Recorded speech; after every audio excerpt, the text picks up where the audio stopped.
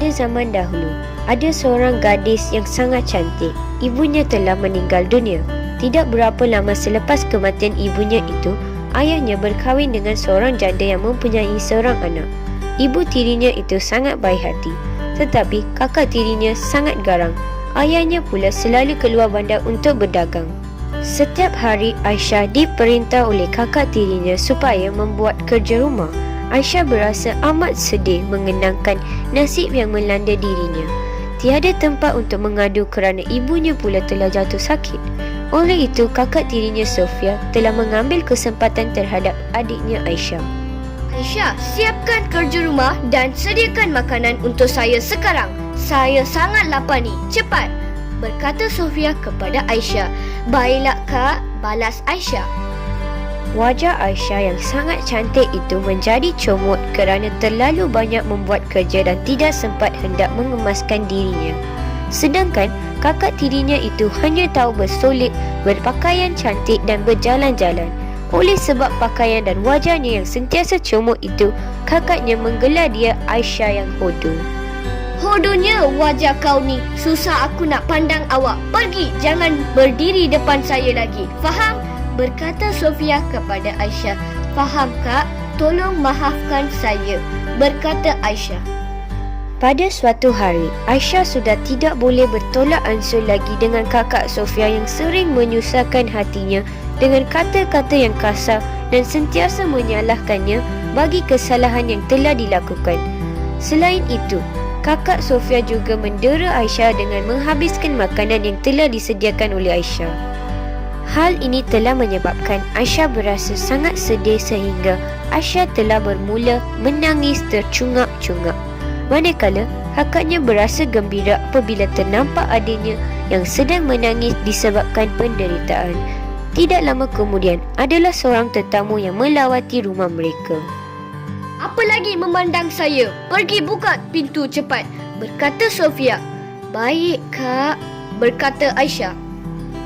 Lepas Aisyah membuka pintu, Aisyah terkejut apabila ternampak seorang nenek yang telah menderita kelaparan di hadapannya. Tanpa membuang masa, Aisyah telah menjemput nenek itu untuk makan bersama-samanya. Tetapi kakak Sofia tidak menyukai perbuatan tersebut. Kau ni, berani kau menjemput pengemis ke rumah saya. Lain kali, jaga mulut kau. Jangan terlalu sopan, nanti tak adalah makanan untuk kau, berkata Sofia. Maafkan kak, saya tidak akan mengulanginya, berkata Aisyah dengan sedih. Cepat beri dia tu makan dan suruh dia keluar dari rumah saya secepat mungkin. Jangan tunggu saya marah awal lagi. Faham? Bertanya Sofia kepada Aisyah. Baik kak, faham, berkata Aisyah. Oleh sebab perbuatan tersebut, Sofia telah memarahi Aisyah dengan kata-kata yang menyakitkan hatinya. Melihat perlakuan Sofia, nenek itu telah berasa amat sedih bagi Aisyah. Oleh itu, nenek itu telah berterima kasih kepada Aisyah atas perbuatannya yang sangat baik dengan memberikan sebuah peluang kepada dia. Nenek itu telah menyuruh Aisyah untuk membuat hajat kepadanya.